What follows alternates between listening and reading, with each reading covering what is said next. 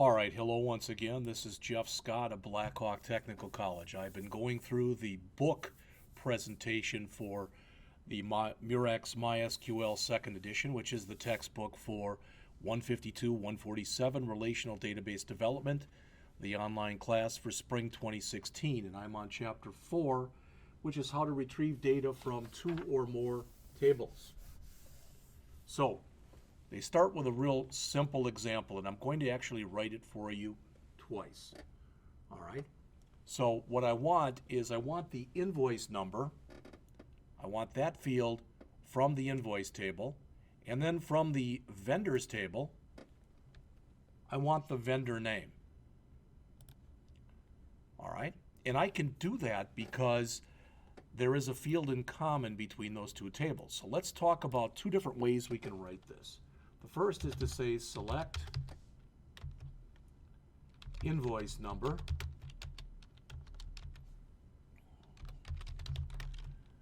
vendor name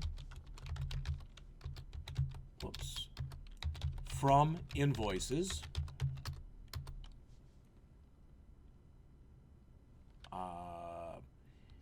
inner join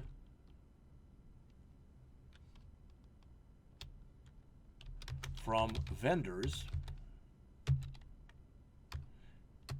inner join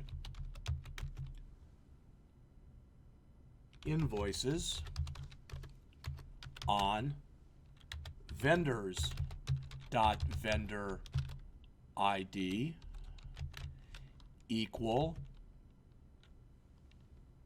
invoices dot vendor ID, order by invoice number. All right, so let's grab all that, copy it, and in fact, before that, let's look at it first. So we've got from the vendor table, we've got the vendor name. See that right there. The invoice number does not appear in this table. Rather, the invoice number is in the invoices table. So we have to join those two tables together on their common field, which is what we're doing right here. So ideally, we're going to get back the invoice number and vendor name for everything that's in the table. And there you can see we have it.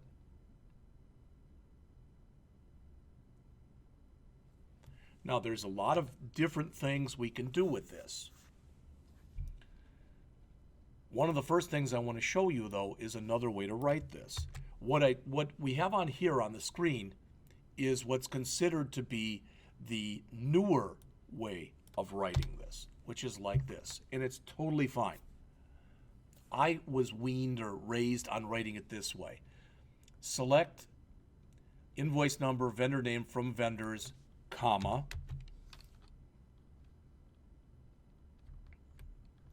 invoices where vendors.vendor ID equals invoices.invoice ID. So I'm going to give you that one. And you'll notice that once we do it, we get the exact same information. So they both work the same way. Now, one more thing about this. A lot of times when people write this, regardless of the way they use it, they'll do this. They'll say V here and I here. So I'm aliasing the table name. So now I don't have to type vendors.vendor ID. I can just type v.vendor ID and I.vendor ID. Okay? Does that make it work any better? No, but it's a little clearer, a little less typing to have to do. And again, you see we get the same information. So a join, as mentioned on page 115 in the book, combines information from two or more tables into a result set based on the join conditions specified. Okay?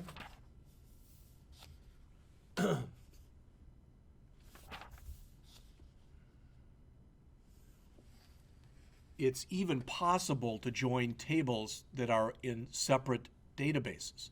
So you know the AP table or the AP database that we've got right here. There's also, let's let's see.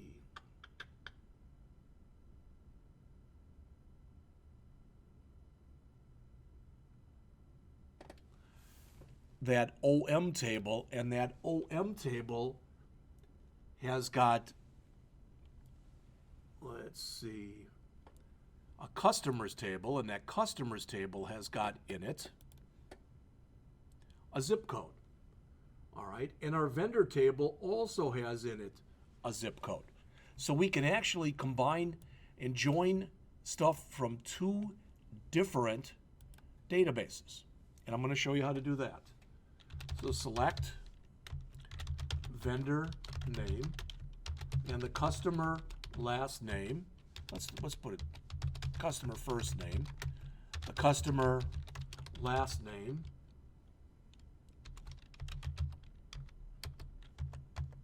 the vendor state, and we'll say here as state, just so it's smaller. The vendor city as city, from vendors V. It's not an inner join now. Vendors V. Join OM, which is the name of the database, dot customers C on V dot vendor zip code equals C dot customer zip order by state and city. And I can't say that. I can say ST and city.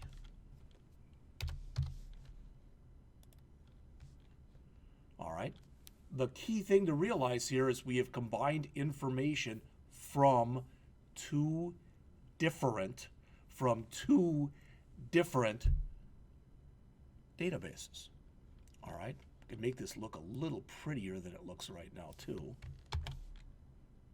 This isn't what they show in the book, but I'm on page 119, but I want it to look a little nicer. So select vendor name, customer name, customer first name and customer last name, vendor state as ST, vendor city as city, from vendors V, join on that equal that, order by. So far it doesn't look any different, but let's change this a little bit. Let's say as name, how about V name? Customer first name as CF name. The last name as CL name. And you might think I made a mistake here because I didn't put as. You don't have to. Most people choose as, but even if you leave it off, it still works. Now it's pretty much easier to read. Vendor name, customer first name, customer last name, state, and city. I'd still have to play with this a little bit as far as the way that it's showing in here, and I can do that too. All right, I'm not going to do it right now, but I've gotten what I wanted to show you out of this. All right. As mentioned on page 121 in the book, when you do a join, it is possible to join on two different conditions. So I'm going to select here. What do we have here? I think I have to have the OM because I want customers. Sure you want to leave this page? Yes. All right, so for my customers table here, so I'm now in the OM table, select customer first name, customer last name, from customers,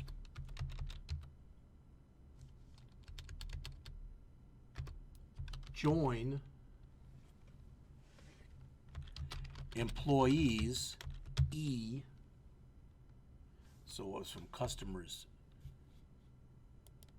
C, employees E, on C dot customer first name equals E dot first name, and C dot customer last name equals E dot last name. All right. And what does it say? OM dot employees does not exist. Was employees over in, we don't have an employees there. Is there an employees here? No. So for some reason, when I copied all that information over before, for some reason, I didn't copy over employees.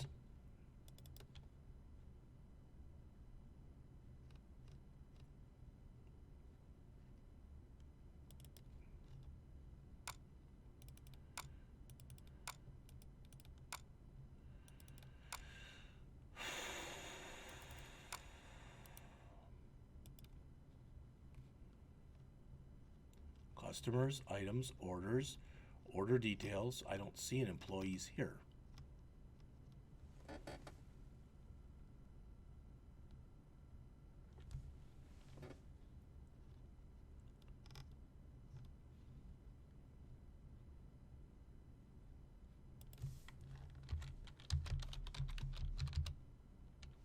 It says there isn't any there. So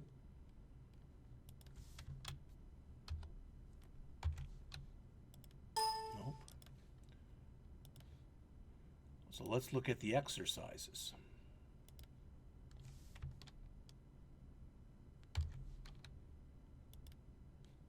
There's an employee table here. Is there a customer table here?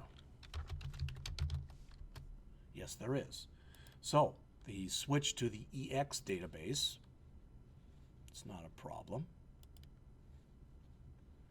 So we don't want the AP, we want the EX database.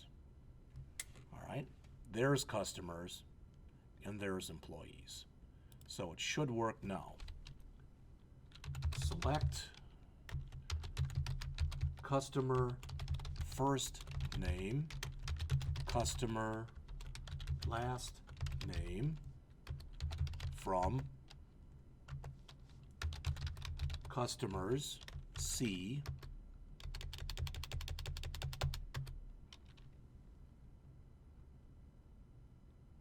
join employees E,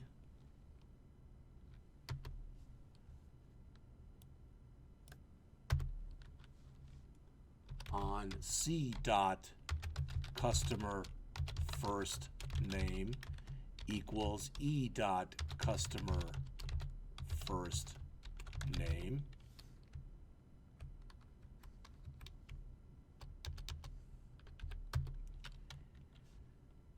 and C dot customer last name equals E dot last name. Hopefully I didn't type in anything incorrectly. Let me grab that all in case I did. All right. And we got, what this is doing is it's saying search both of these tables and find somebody who's both in the customers table and the employees table. So in other words, show me somebody who's both an employee and a customer.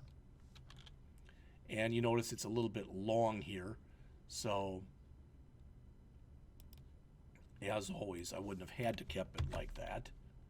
So I could say customer first name as C first, customer last name as C last, and then run it, and it'll look a little bit, whoopsie. Try that again.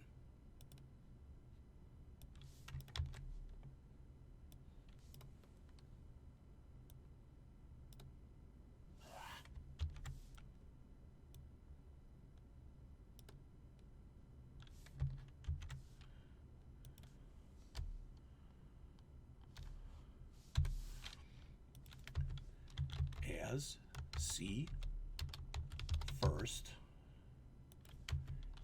as C last. Now that should be totally fine to do it like that. And there it is. So you can do joins with ands and ors if you want to.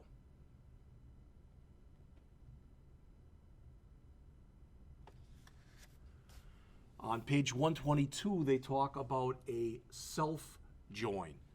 We're going back here to the AP database, and we want vendors from cities in common with other vendors. You'll see if you say, I don't know what this means, we'll see it in a second. Select distinct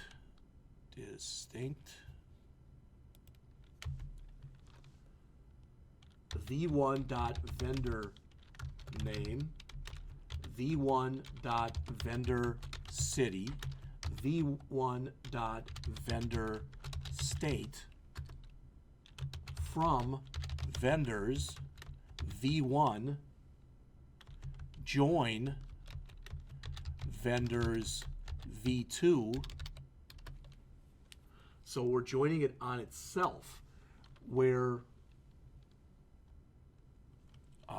or on v1.vendor city equals v2.vendor city, and v1.vendor state equals v2.vendor state, and v1.vendor name, here it's not equal to v2.vendor name.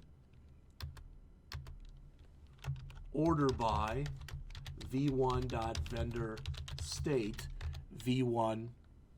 Well, they said v1. It really shouldn't matter if I use v1 or v2, but v1.vendor city. Okay? Go. And what do we get? Notice that there are 3 vendors in Phoenix. There are 2 vendors in Anaheim. There are 1, 2, 3, 4, 5, 6, 7, 8, 9, 10, at least 11, at least 12, 13, 14, at least 15 vendors from Fresno. So what we did here, if we again go back and look at the query that we just put in English, we're telling the system we want only one, that's the distinct. We want the vendor name and the city and the state from the vendors table, but we want to join that table on itself. And in particular, we want the cities to be the same. We want the states to be the same. But we want the names of the vendors to be different, because otherwise it would just be reporting the same thing. And then order that stuff by this. So I'll leave that up there for a second so that you can take a look at it.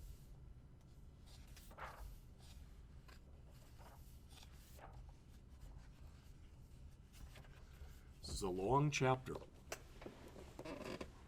All right. And again, there's the information. All right. Next on page 125, we combine 4 tables together. So select vendor name, invoice number, invoice date,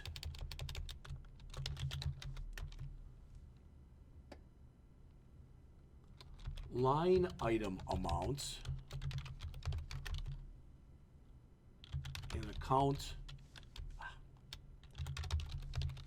description.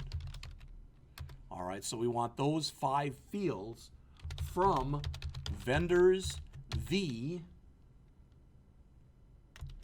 join invoices I on v dot vendor ID equals I dot vendor ID.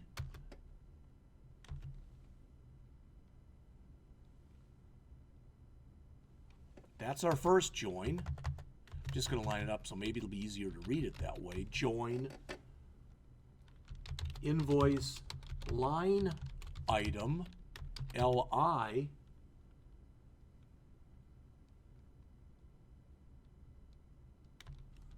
on I dot invoice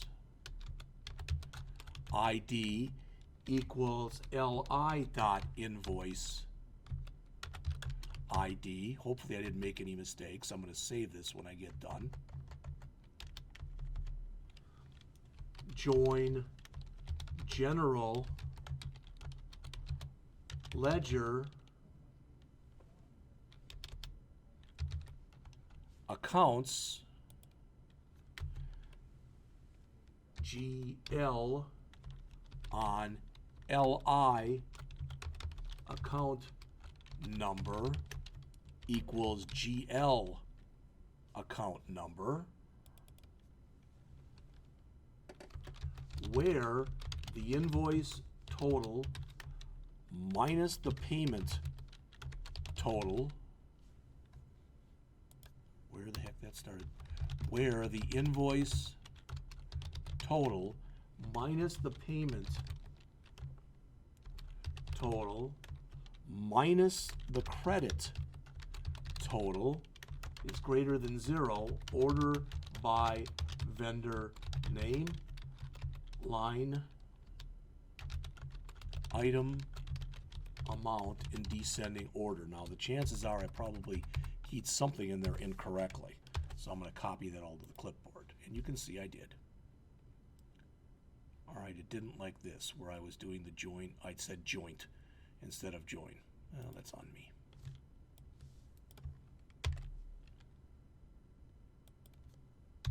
All right, I'm going to save it again in case I still made some errors, which I did. Invoice line item does not exist.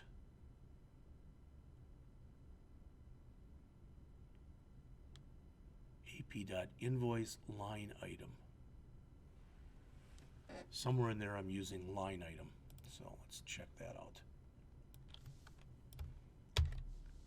Select vendor name, invoice number, invoice date, line item amount, account description from vendors V, join invoices I on v.vendor ID equals I.vendor ID, join invoice line items, that's line items, LI on I.invoice ID equals LI.invoice ID, join general ledger accounts GL on LI.account number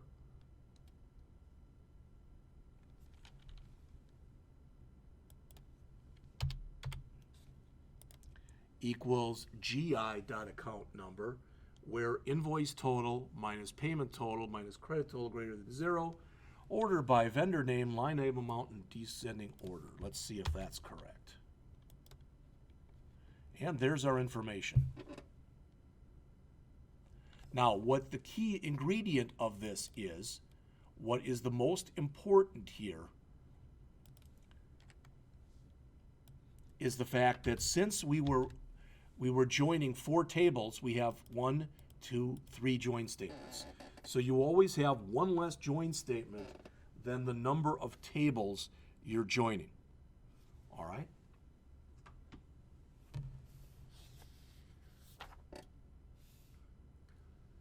Now, I already showed you the implicit inner join syntax. Let's grab this ugly thing that's right here. And I'm going to change this to see if I can get the same thing that we just found here. So I'm going to copy that.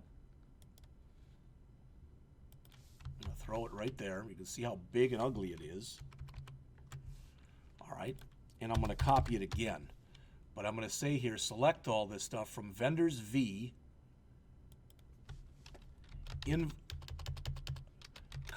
invoices I, invoice line items, LI, general ledger accounts, GL,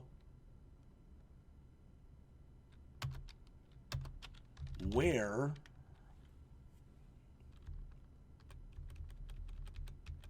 v.vendor, where this is equal, and that, and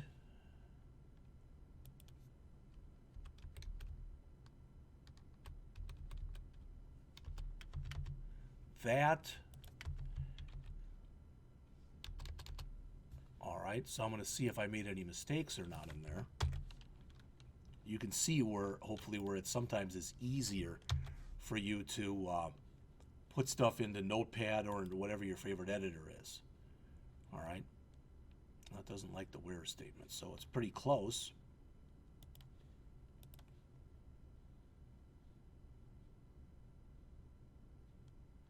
Where this equals this, and this equals this, and this equals this. We don't need that. Oh, and we don't have two where statements. And that. All right.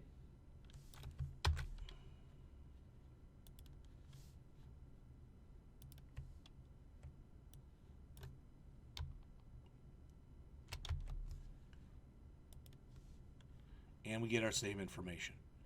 So, looking at this very quickly here, you can see there's two different ways of doing the same thing. This is the newer way of doing it, and this is the more old-fashioned way of doing it. The bottom way, the one that's highlighted in gray now, is the implicit syntax. The other one is the explicit syntax.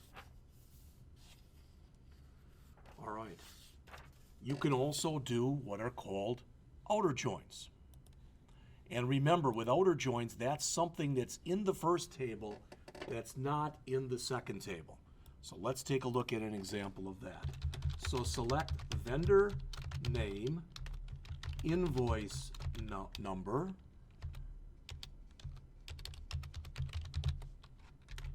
invoice total from vendors left join invoices on, and in fact, let's do this from vendors V left join invoices I on V dot vendor ID equals I dot vendor ID, order by vendor name. Save that just in case we need it again. And you'll notice we get some in here that have nulls.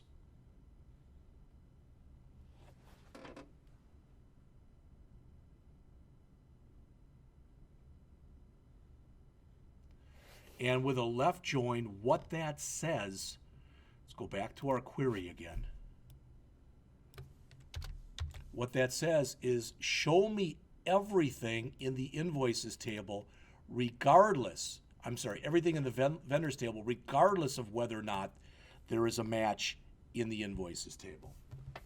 All right, that's a left outer join. It says show me all the ones in the left and even if there are no matches in the right. Well, what if we flip this? So what if I said here for invoices I, right join,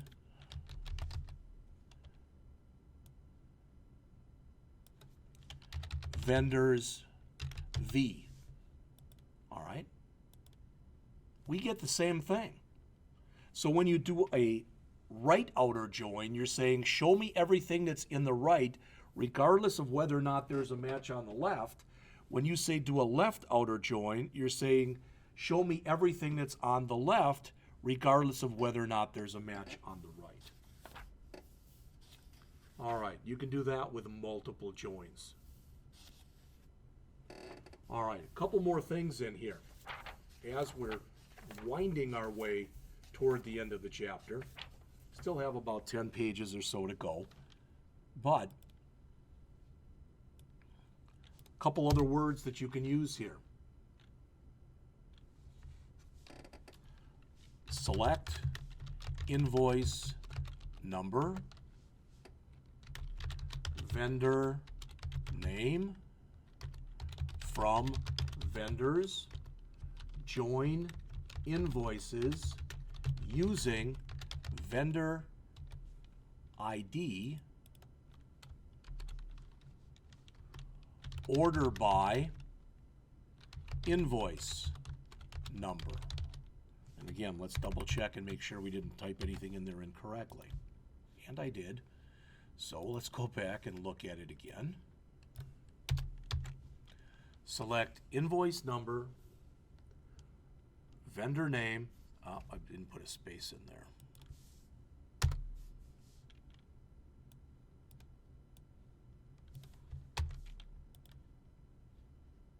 All right.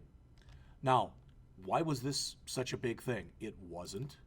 But just so you know, when we put it in there, notice we said join, but notice how we joined the two of them. We said from vendors join invoices, and since it had the same field name was used in both, I can just say using followed by that field name. So you can use the using keyword to simplify the syntax. It can be an inner join or an outer join, but the column has to have the same name in both tables. And the join must be an equijoin. All right, so in other words, you can't do that on a right or a left outer join. All right, there's also a keyword natural that you can use. Again, hopefully this goes without saying, the way you learn this stuff is to sit there and play with it. Just keep typing in query after query after query. That's the way to learn. All right, so select, very similar to the last query we just put in, invoice number, vendor name, from vendors, natural join, invoices, order by invoice number. Oops, well, sorry, I hit the caps lock key. And let's look at that one. Same thing we got before. All right, so this time we put it in there so it looked like this. Let's change that back so it's number in lowercase. Previously when we did it, instead of saying natural join, we said using from vendors, what was the syntax? From vendors join invoices using invoice number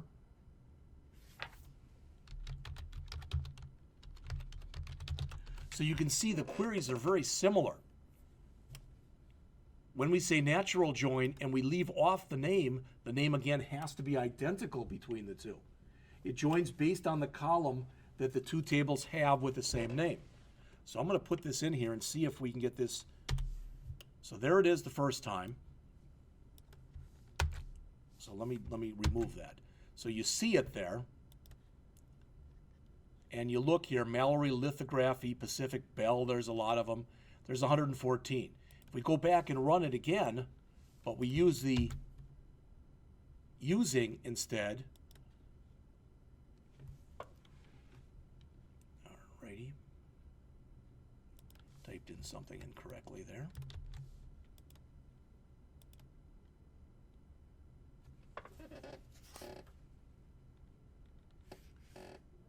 It should have been vendor ID, I believe.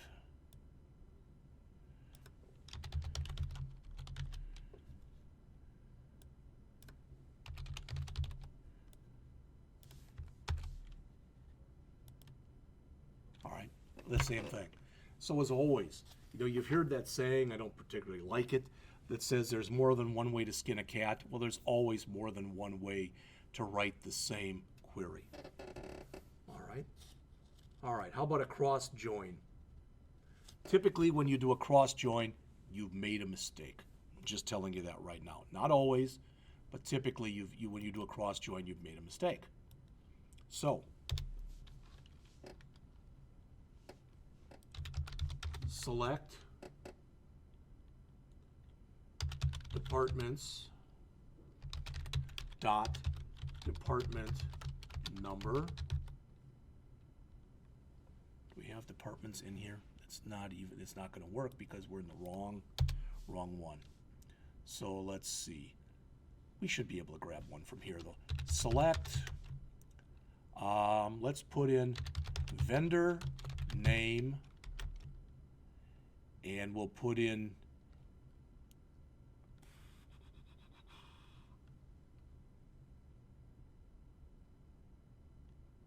invoice number, we'll do it like that, from vendors invoices, but I'm not going to do any joining here. All right, so I'm just doing it like that. Okay. Now notice I get 13,908 records because it gives me every vendor with every invoice number. That's a Cartesian product join. Now, if we change that, of course I didn't save it. So select invoice number, vendor name, from vendors, cross join invoices. Okay. Again, notice 13,908. It's going to give me every possibility.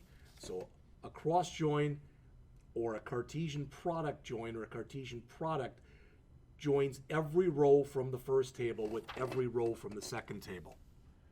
All right. And since our first table had in it, and I don't remember, let's see, since the invoices table had in it 114 rows, and since the vendors had in it 122 rows, if you do the math and you say 122 times 114, sure enough, you get 13,908. So that's every possibility there is. All right? Okay. What if I wanted to do this? So, in other words, what if I did this? What if I wanted to, I'm going to show you a couple examples, and they're not going to look like they're really very much in there. But what if I said here, select vendor name,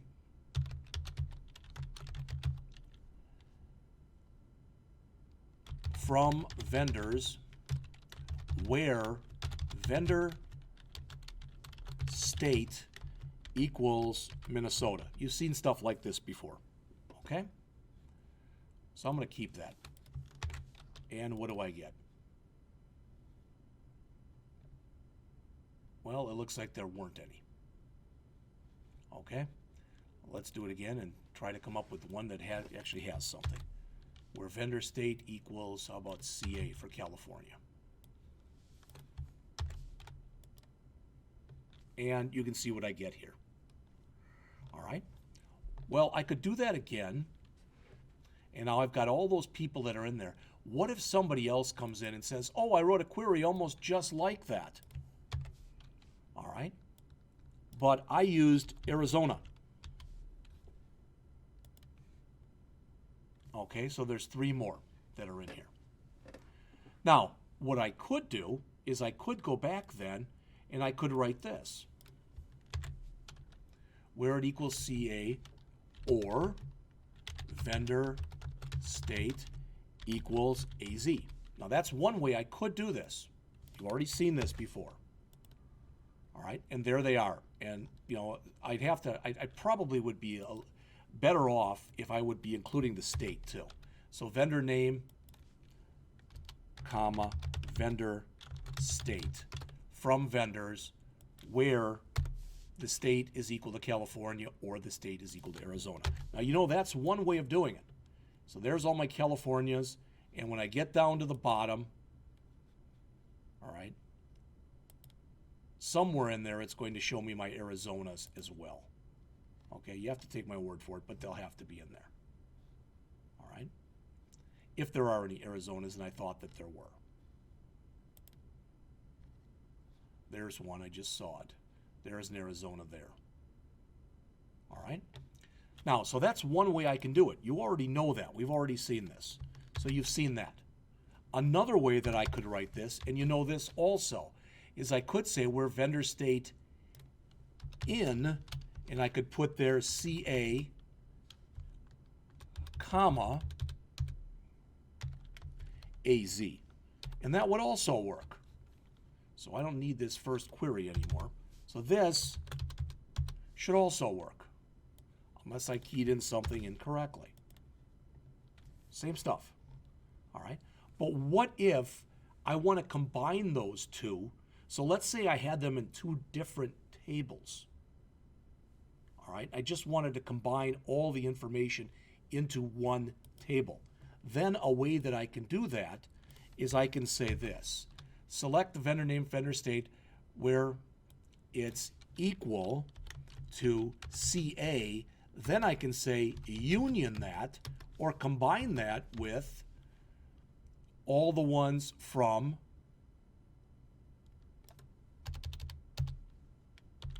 Arizona. Okay? That should work. Unless I keyed in something incorrect there, that should work.